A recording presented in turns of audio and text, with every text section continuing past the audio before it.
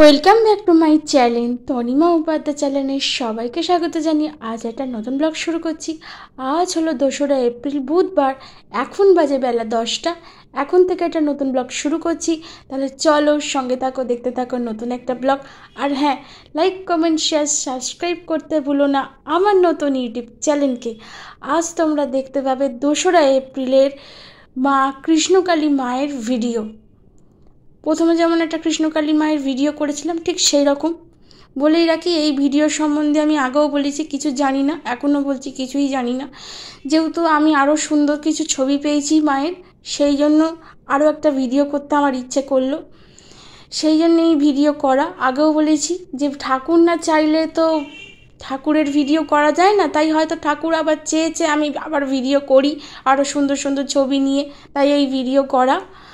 তবে বলে রাখি যে 2রা এপ্রিলের ভিডিওটা এখন কেন ছাড়ছি না, 2রা এপ্রিলের ভিডিওটা আমার এডিট করা হয়নি বলেই আমি এখন ছাড়তে বাধ্য হচ্ছি। কারণ মাঝখানে বাসন্তী দুর্গাপুজোর 2-3টে ভিডিও পড়ে যাওয়াতে আমার এই ভিডিওটা এডিট করা হয়নি। যেহেতু আমি এই ছবিগুলো বাসন্তী পুজো চলাকালীন পেয়েছিলাম, সেই জন্য ওই ভিডিওটার আমি এডিট করে উঠতে পারিনি। তাহলে চলো সঙ্গে থাকো, দেখতে থাকো নতুন একটা ব্লগ। পরে আসছি, পরে কথা হচ্ছে, সঙ্গে থাকো।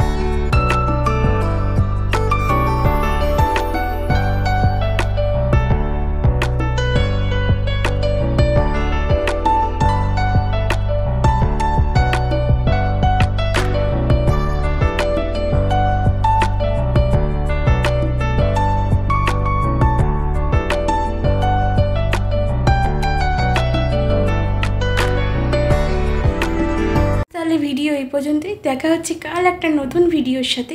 আজকের মতো টাটা।